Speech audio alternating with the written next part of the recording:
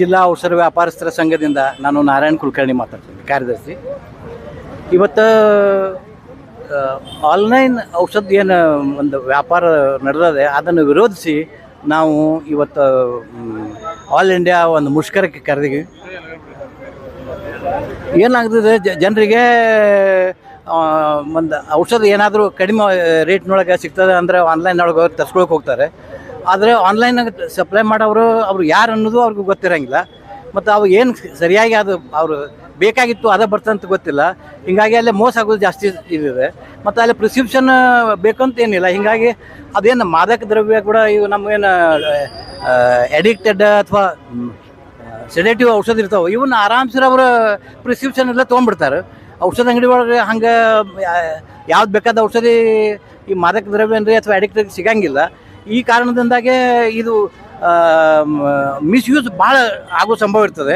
ಅದಕ್ಕಾಗಿ ನಾವು ಆನ್ಲೈನ್ ಔಷಧಿಗಳನ್ನು ಸಪ್ಲೈ ಏನಿದೆ ಯಾರು ಮಾಡ್ತಾರಲ್ಲ ಅದನ್ನು ಬಂದ್ ಮಾಡಿಸ್ರಿ. ಮತ್ತು ಇದು ಕೋವಿಡ್ ಟೈಮ್ನೊಳಗೆ ಅನಿವಾರ್ಯ ಇತ್ತು.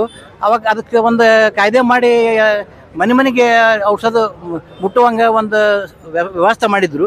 ಈಗ ಅದರ ಅವಶ್ಯಕತೆ ಇಲ್ಲ. ಜನ ಆರಾಮ್ಸಿರ್ ತಮ್ಮ ಸಮೀಪದ ಔಷಧ ಅಂಗಡಿಗೆ ಹೋಗಿ ಯಾವ ಬೇಕಾದ ಔಷಧ ತೊಗೋಬೋದು. ಅದಕ್ಕಾಗಿ ಈ ಆನ್ಲೈನ್ ಔಷಧವನ್ನು ಏನು ಒಂದು सिस्टम ಇದೆ ಅದನ್ನು बंद ಮಾಡಬೇಕು ಅಂತ ಹೇಳಿ ನಾವು ಸರ್ಕಾರಕ್ಕೆ ಮನವಿ ಮಾಡ್ತೀವಿ. आज भारत बंद करण्यासाठी